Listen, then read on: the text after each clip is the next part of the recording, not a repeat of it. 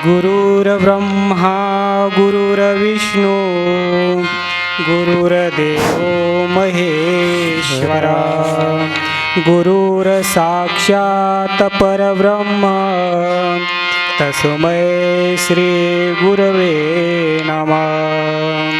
कैलास राणा शिवचंद्रमौळी फणींद्र माता मुकटी जळाळी कारुण्य सिंधू भवदुःखहारी तुझवीन शंभो मज कोण तारी महायुग पीठे तटे भीमरत्यां वरं पुंडरीकाय दातुं मुनीन्द्रियं समागत्य तिष्ठन्तमानन्दकन्दं परब्रह्मलिंगं भजे पांडुरंगं। सर्वांनी 2 मिनिटं भगवंताचं ह्या ठिकाणी भजन करायचं आहे।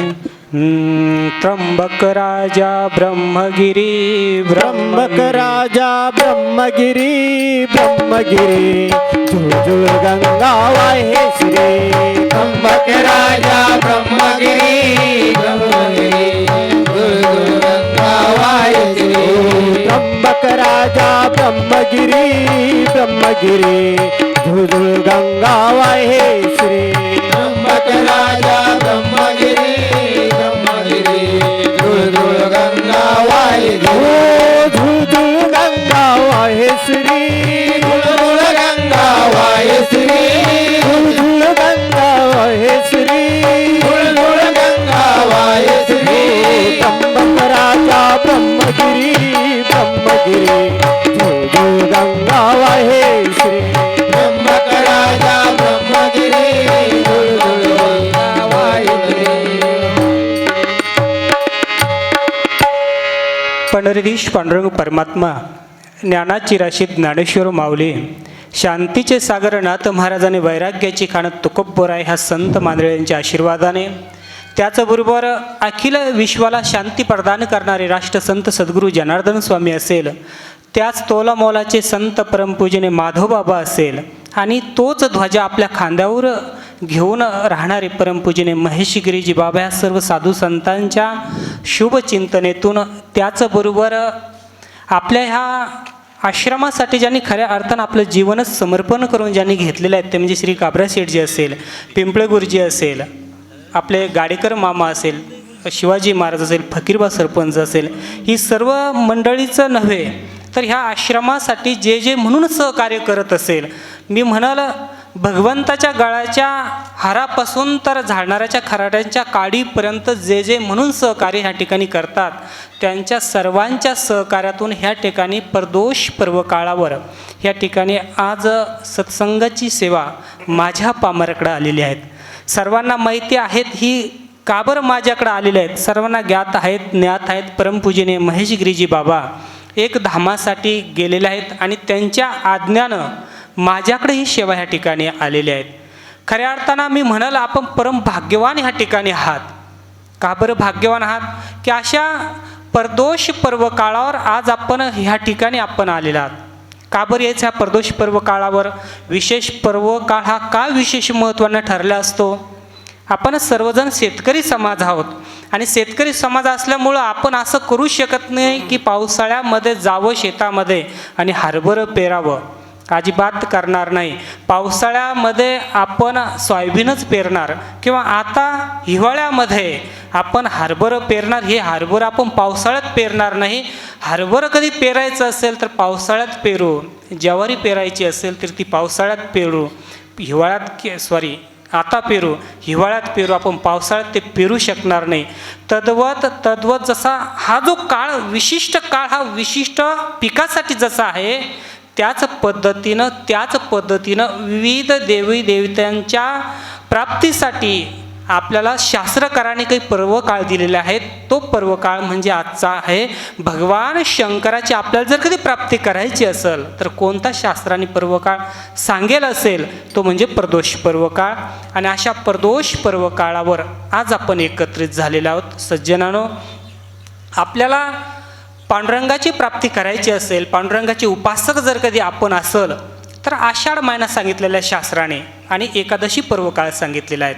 आपण भगवान सूर्यनारायणाचे उपासक जर कधी असाल तर माघ महिना आहे आणि माघ महिना आणि वारामध्ये रविवार हा वार भगवंताने किंवा शास्त्राने सांगितलेला आहे.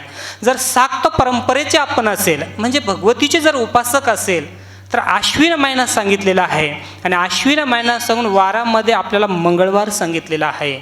याच्या व्यतिरिक्त आपण जर कधी भगवान शंकराचे उपासक असेल तर शास्त्राने आपल्याला महिना श्रावण महिना सांगितलेला आहे आणि महिन्यामध्ये दिवस कोणता सांगितला असेल तर प्रदोष पर्वकाळ आहे.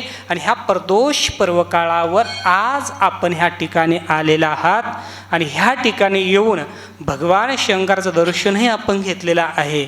तदनंतर ह्या ठिकाणी आता ह्या क्षणाला सत्संगालाही आपण ह्या ठिकाणी बसलेला आहात आणि थोड्या वेळामध्ये ह्या ठिकाणी प्रसादही सुद्धा या ठिकाणी होणार आहे. परंतु बघा शास्त्राने किती संगती घालून दिलेल्या आहेत. ह्या ठिकाणी आल्याच्या नंतर ह्या ठिकाणी यावं, भगवंताचं दर्शन घ्यावं. तदनंतर दर्शन घेतल्याच्या नंतर शरीर पवित्र होऊन जाईल. थोडंसं आपल्या ग्रंथामध्ये किंवा खोल शिरायचं नाही, आपलं शरीर पवित्र होऊन जाईल. परंतु शरीर पवित्र झाल्याच्या नंतर मन पवित्र होणं अत्यंत गरजेचं राहतं. म्हणून या ठिकाणी सत्संग सांगितलेला आहे आणि ह्याच सत्संगासाठी आज या ठिकाणी आपण बसले. आता नुकतंच उखरडे साहेबांनी सांगितलं की आपण परम भाग्यवान आहात. महेशगिरीजी बाबा असताना तर येताच, विशेष नाही, परंतु ते नसताना ह्या ठिकाणी आपण आलात हे आपलं परम भाग्य आहे. खरं सांगतो, हे आपलं ते नसताना येणं महत्त्वाचं असतं, ते नसतानाही सांभाळणं महत्त्वाचं असतं. आणि ह्या ठिकाणी आपण सर्वजण आलेला आहात आणि ह्या पर्वकाळावर परमपूजेने महेशगिरीजी बाबा यांनी सेवा माझ्याकडे ह्या ठिकाणी दिलेली आहे आणि ह्या सेवेसाठी साथ देण्यासाठी व्यासमंचावर ह्या ठिकाणी आमचे भगवान बाबा पेटी मास्तर ह्या ठिकाणी ते उपस्थित आहेत. तदनंतर सावरगौण आमचे कृष्णा भाऊ आहेत, प्रवीण महाराज या ठिकाणी येणार आहेत. तदनंतर आमचे ज्ञानेश्वर माऊली तबला साथ देण्यासाठी ह्या ठिकाणी आहेत. नळविरा ह्या ठिकाणचे बबन भाऊ आहेत, कृष्ण भाऊ आहेत आणि भगवान भाऊ ह्या ठिकाणी साथ देण्यासाठी व्यास मंचावर या ठिकाणी आहे. तदनंतर खरं सांगतो, भगवंताच्या गळ्यामध्ये हार तेव्हाच शोभून दिसतो, फुलं तेव्हाच शोभून दिसतात ज्यावेळेस ते फुलं सुंदर प्रकारे एखाद्या धाग्यामध्ये ओवतात, त्याच वेळेस तो हार शोभून दिसतो. तसाच हा संपूर्ण कार्यक्रम सुशोभित केव्हा होत असेल त्याच वेळेस होतो ज्या वेळेस तो सूत्रात्मक बसवल्या जातो, त्याच वेळेस होतो. आणि असं सुंदर प्रकारचं सूत्रसंचालन करण्यासाठी ह्या आश्रमाला कोण लाभलं असेल तर आपले उखरडे साहेब, तेही सुद्धा ह्या ठिकाणी आहे. अशी सर्वांची संगत ह्या ठिकाणी आज ह्या क्षणाला ह्या ठिकाणी आहे. आणि उत्तम साऊंड सिस्टीमचे साथ देणारे तुम्हाला सर्वांना माहिती, त्यांचं नाव घेण्याची काही गरज नाही, परंतु आपले मुळे अण्णा अत्यंत महत्त्वाचं व्यक्तिमत्व, श्रमदानासाठी या ठिकाणी आवर्जून ते साथ देतात. मुळे अण्णा आहेत. त्यानंतर बालाजी तर विचारूच नका, धडपड करणारा व्यक्ती आहेत साऊंड सिस्टमच्यासाठी, अत्यंत महत्त्वाचं व्यक्तिमत्व तेही सुद्धा ह्या ठिकाणी आहे. आणि बाबाजींचा प्रचार प्रसार करण्यासाठी सर्वांना माहिती आपली सर्व टीम जी प्रचार प्रसारक टीम आहे तेही ह्या ठिकाणी माधव बाबाची आपली सेवेकरी टीम आहे, MH21 आहेत, माधव बाबा आहेत, ही सर्व मंडळी ह्या ठिकाणी आहे ह्या क्षणाला. आणि आपल्याला वळायचं आहे आजच्या सेवेकडं. भगवद्गीतेचा एक श्लोक घेऊ आणि त्याच्यावर थोडक्यामध्ये आपली सेवा समर्पण करू. भगवान श्रीकृष्ण परमात्मा भगवद्गीतेमध्ये 4थ्या अध्यायामध्ये सांगतात, तत्विद्धि प्रणिपातेन परिप्रश्नेन सेवया उपदेक्षन्ति ते ज्ञानं ज्ञानिस्तत्त्वदर्शिनां. तत्विद्धि प्रणिपातेन परिप्रश्नेन सेवया उपदेक्षति ते ज्ञानं ज्ञानिस्तत्त्वदर्शिनां. ह्या श्लोकाचं यथामती महत्त्व मलाही सांगता यावं आणि त्याचा गर्भ अर्थ काय आहे तोही सुद्धा तुम्हाला कळावा, ह्यासाठी 2 मिनटं सद्गुरू जनार्दन स्वामीचं भजन करायचं आहे. जनार्दन जनार्दन जनार्दन सद्गुरु स्वामी जनार्दन जनार्दन जनार्दन सद्गुरु स्वामी जनार्दन जनार्दन जनार्दन सद्गुरु स्वामी जनार्दन जनार्दन जनार्दन सद्गुरु स्वामी जनार्दन सद्गुरु स्वामी जनार्दन मौलगिरी बाबा जनार्दन मौलगिरी बाबा जनार्दन जनार्दन जनार्दन सद्गुरु स्वामी जनार्दन जनार्दन जनार्दन सद्गुरु स्वामी जनार्दन भगवान श्रीकृष्ण परमात्मा भगवद्गीतेमध्ये सांगतात, मला प्राप्त व्हायचं असेल, करायचं असेल अर्जुना, मी तुला आज एक मार्ग सांगतो. ऐक अर्जुना, तुला मार्ग सांगतो. तद्विधी प्रणिपातेन परिप्रश्नेन सेवया उपदेक्षन्ति ते ज्ञानीस तत्वदर्शिना. भगवान श्रीकृष्ण परमात्मा अर्जुनाला सांगतात ह्या ठिकाणी. आता ह्याच ग्रंथाचं उत्पत्ती कोणत्या महिन्यामध्ये झाली असेल? नुकतंच उकरडे साहेबांनी सांगितलं, मार्गशीर्ष महिना हा सर्वात श्रेष्ठ महिना आहे आणि ह्याच महिन्यामध्ये भगवद्गीतेची आज किंवा उत्पत्ती ह्या ठिकाणी झालेली आहे. भगवद्गीता ग्रंथामध्ये भगवान श्रीकृष्ण परमात्मा उपदेश करतात. सर्वांना माहीत असणं गरजेचं आहे. मी म्हणाल की आपण हिंदू धर्मामध्ये जन्माला आलो आणि आपल्याला एक गोष्ट नितांत माहीत असणं गरजेचे आहे. माहीत प्रत्येकाला असेलच, पण नसेल माहीत तर आज लक्षात अंतःकरणामध्ये कोरून ठेवा की प्रत्येक धर्माला ग्रंथ आहे. प्रत्येक धर्माला ग्रंथ आहे. मुस्लिम धर्माचा ग्रंथ म्हटलं तर प्रत्येक मुस्लिम बांधव आपल्याला सांगून जातात आमचा धर्म ग्रंथ कोणता आहे, तर कुराण सांगून जातात. कोणता सांगतात? कुराण सांगतात. ख्रिश्चन धर्माला जर विचारलं ते लगेच सांगतात आमचा ग्रंथ बायबल ग्रंथ सांगतात. जर शीख धर्माकडे आपण गेलो तर ते गुरु ग्रंथ साहिबा सांगेल. बौद्ध धर्माकडे गेलो तर ते सांगेल त्रिपाठिक नावाचा ग्रंथ आमचा आहे. परंतु ज्यावेळेस आपल्याला कोणी विचारलं तर आपला धर्मग्रंथ कोणता आहे, तर आपण निश्चित सांगायला पाहिजेत की आपला धर्मग्रंथ कोणता आहे, तर भगवद्गीता ग्रंथ आहे. गीता गीता गीता वाचे जे म्हणते, गीता गीता गीता वाचे जे म्हणते, गीता गीता गीता वाचे जे म्हणते, गीता गीता गीता वाचे जे म्हणते. नाही पुनरावृत्ती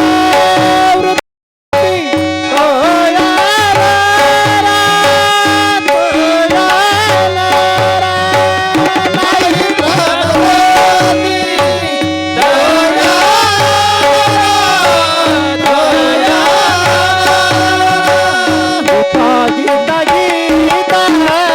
वाचे जे म्हणते, गीता गीता गीता वाचे जे म्हणते, वाचे जे म्हणते. सुंदर प्रमाण कृष्ण महाराजांना दिलं की गीता जे म्हणते नाही त्यांना पुनरावृत्ती, परत जन्माला आपल्याला आपण येऊ शकत नाही असे प्राप्त करून देण्याचं साधन काय असेल, तर ह्या ठिकाणी संत वाङ्मय सांगतं हा भगवद्गीता ग्रंथ आहे. या भगवद्गीता ग्रंथामध्ये अजून एक गोष्ट आपण लक्षात ठेवा. आपला हिंदू धर्माचा ग्रंथ भगवद्गीता ग्रंथ आणि त्याच्यामधील अजून 2 मुद्दे लक्षात ठेवा. त्यामध्ये अध्याय किती, जसं आपल्याला शिकवत असताना धडे आपण ज्याला म्हणतो, ह्या भगवद्गीता ग्रंथामध्ये धडे किती आहे किंवा अध्याय किती आहे माहीत असणं गरजेचं आहे. 18 अध्याय आणि श्लोक किती आहे, तर 700 श्लोक. हे 3 मुद्दे नितांत आपल्या लक्षात असणं गरजेचं आहे. कारण आपण हिंदू धर्मामध्ये जन्माला आलोत ना, तर हे 3 गोष्टी आपल्याला माहीत असणं गरजेचं आहे. आपला ग्रंथ भगवद्गीता ग्रंथ, त्याच्यामध्ये श्लोक आहे 700 श्लोक आणि 18 अध्याय या भगवद्गीता ग्रंथामध्ये आहे. तुम्हाला सांगतो, सर्व बाबाजींच्या मुखातून आपण बऱ्याच वेळेस ऐकलेलं आपल्या हिंदू धर्माचे जेवढे ग्रंथ होते त्याचा सार कशामध्ये सामावलेला आहे, तर या भगवद्गीता ग्रंथामध्ये आहे. आपण बघा, आपण प्रत्येकाचं घर बघा, गरीब असो, श्रीमंत असो, मध्यमवर्गीय असो, कोणतंही असो, प्रत्येक घरामध्ये जा, त्या घरामध्ये आपल्याला काही वस्तू असो का नसो, पण प्रत्येकाच्या घरामध्ये आपल्याला आरसा दिसेल. प्रत्येकाच्या घरामध्ये आरसा दिसेल. गरीब असेल तर गरिबाप्रमाणे असेल, श्रीमंत असेल श्रीमंताप्रमाणे असेल, मध्यमवर्गीय असेल तर मध्यमवर्गीयप्रमाणे असेल. आपण समाज जो आहे आपण मध्यमवर्गीय, आपल्या घरामध्ये जवळपास 2x3चा आरसा आपल्या घरामध्ये असेल. श्रीमंताच्या घरामध्ये आपण जर कधी बघितलं, बेडरूममध्येही सुद्धा राहील, किचन रूममध्ये सुद्धा राहील, हॉलमध्ये सुद्धा राहील. परंतु गरिबाच्या घरामध्ये जर एखादी झोपडी असेल, कुडाचं घर असेल, त्या घरामध्ये फुटका का होत नाही? आरसा हा असणारच. आरसा काय करतो बरं? काय इतका आरसाचे माणूस प्रेमी का? प्रेमी का? कारण आरसा एक करतो, 2 गोष्टी करतो तो.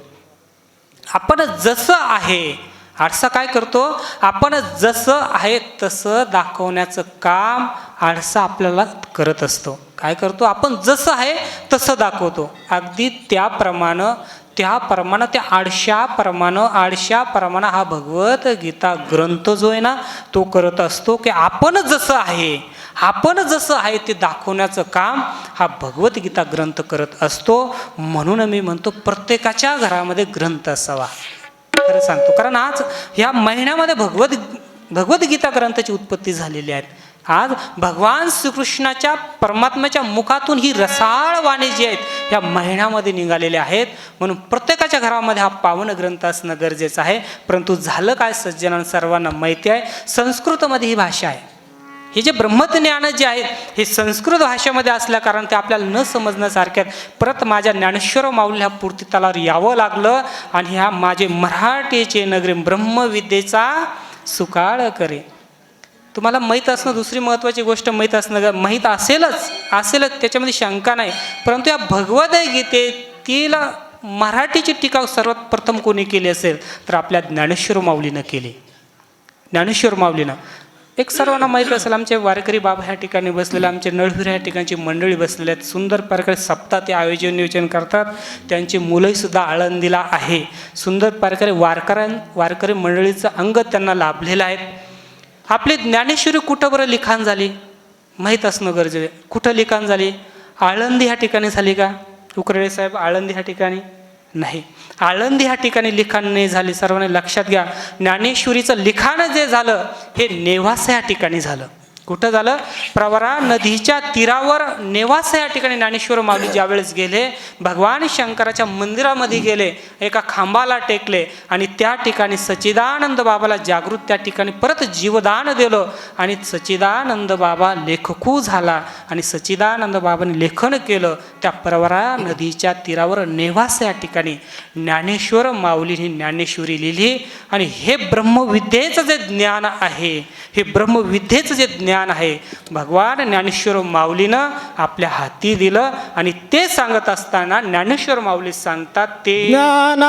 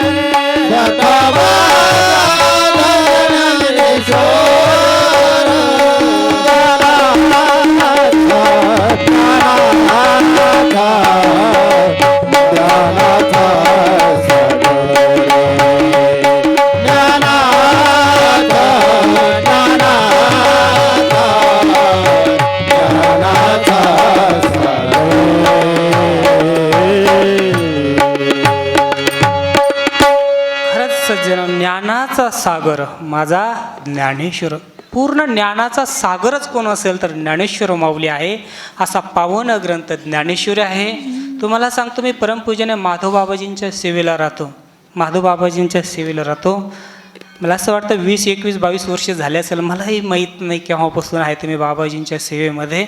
पण जेव्हापासून आहे तेव्हापासून सांगतो, परमपूजने माधवगिरीजी बाबाजींनी ज्ञानेश्वरी वाचली नाही असा एकही दिवस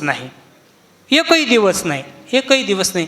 सकाळी उठले, विधी आरती वगैरे झालं की ज्ञानेश्वरी पहिली वाचणार, नंतरच पुढं पाऊल टाकणार. एवढी नितांत श्रद्धा आपल्या माधव बाबाची ह्या ज्ञानेश्वरी ग्रंथावर आहे. दररोज आपल्या ह्या जाफराबाद तालुक्यांचं खऱ्या अर्थानं परम भाग्य आहे. परमपूजन माधवबाबासारखे दिव्य संत आपल्याला लाभलेच, परंतु दुसऱ्या साईडला ह्या साईडला आपल्याला दुसरे एक संत लाभले, ते म्हणजे परम हरिभक्त परायण श्री सोनवणे गुरुजी. अत्यंत विरक्त महात्मा, त्यांच्याही सुद्धा सान्निध्यामध्ये राहतो. त्यांच्याही सुद्धा बऱ्याच वेळेस त्यांच्या सेवेमध्ये राहण्याचा योग आला. आणि थोडंसं त्यांचं निरीक्षण करता करता एक वेळेस असं लक्षात आलं की ज्या वेळेस त्यांना पॅरलेस झाला हरिभक्त परायण श्री सोनवणे गुरुजी यांना, आणि पॅरलेस झाल्याच्या नंतर डॉक्टरांना सांगितलं आता बस शेवटचा झटका तुमचा आहे, आता तुमचे जास्त दिवस नाही, तुम्ही काहीच दिवसाची सोबती आहे. हरिभक्त परायण सोनवणे गुरुजीबद्दल बोलतोय मी. आणि मग नंतर हरिभक्त परायण श्री सोनवणे गुरुजीनं सांगितलं आईला, तू घरी जा आणि घरी जाऊन ज्ञानेश्वरी आण. बघा काय संतांची श्रद्धा असते महाराज ह्या ग्रंथावर. ज्ञानेश्वरी आण. आणि मग आईनं ज्ञानेश्वरी आणली आणि आणल्याच्या नंतर गुरुजीनं एका हाताने अशी उचलून घेतली, कपाळाच्या मस्तकी लावली आणि तीच ज्ञानेश्वरी आपल्या उशाला ठेवली महाराज. नंतर फक्त 5 दिवसामध्ये हरिभक्त परायण श्री सोनवणे गुरुजी वरच्या तळावरून खालीच चालत आले.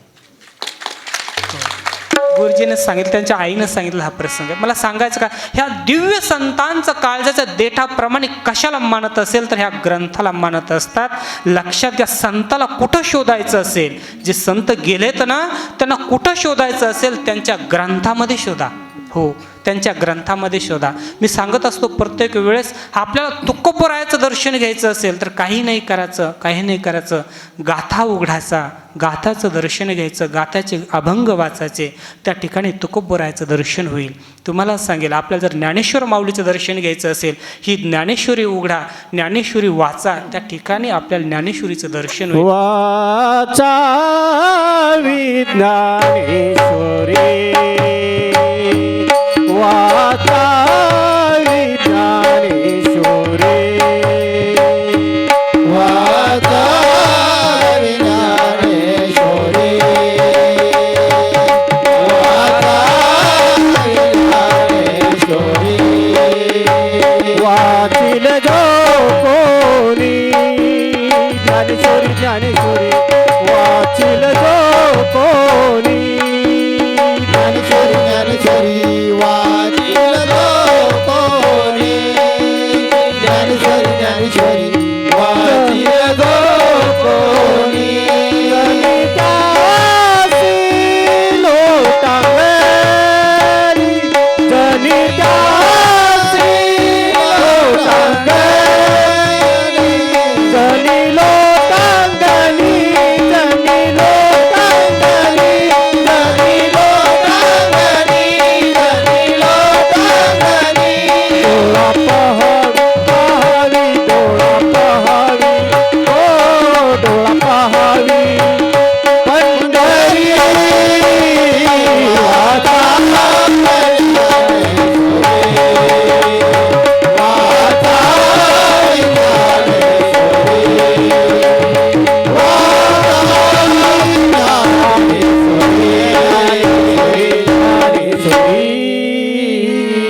वाचावी ज्ञानेश्वरी. ह्या श्लोकावर पुष्टी देत असताना ज्ञानेश्वर माऊली आपल्याला सांगतात, ते ज्ञान पैगा बरवे, जरी मनी आती आणावे, तरी संताया भजावे सर्वस्वेसी.